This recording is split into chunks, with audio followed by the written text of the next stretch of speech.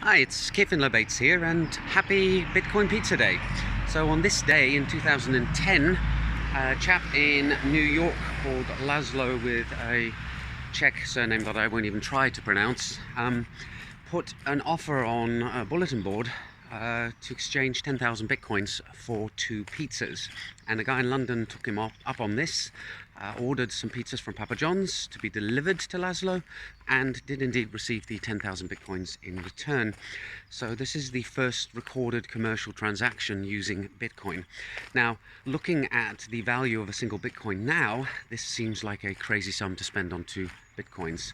I've seen articles saying that it's 800 million, but the journalists don't seem to be able to do their math, because 10,000 times 8,000 is 80 million. Still an eye-watering sum by today's prices. But I think the thing you have to remember is that hindsight is, of course, everything.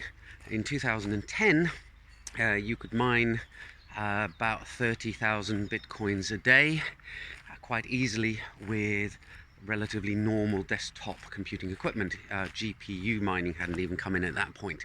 So these bitcoins were being generated at a tremendous rate. Very few people knew about the Bitcoin software, and nobody really knew if it was going to go anywhere. So at the time, getting a couple of pizzas for running your computer in the background for a few days probably seemed like a bargain.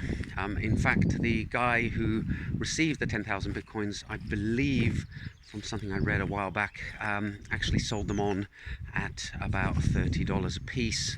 So a nice profit, but of course if he'd hung on to them, it would have been worth a lot more. Now, you've got to remember that in those early days, the Bitcoin wallet wasn't even secure. It was going to be 2 or 3 years later that hackers were installing malware on people's computers in order to retrieve and crack wallets. Well, not even crack, because as I said, they weren't encrypted. The whole ecosystem was very, very new. Nobody knew where it was going to go, and none of the security systems that we have today were in place. So how times change. But I think the fundamental thing to take away from Bitcoin Pizza Day is that it proved itself very early on to be a suitable medium of exchange, that people could actually trade Bitcoin for goods. I think later on there was a guy who was selling alpaca wool socks for a few Bitcoins a piece, and I think it's a neat little piece of Bitcoin history, and I know for one that I'll be having pizza tonight, and perhaps you should too. Bye for now.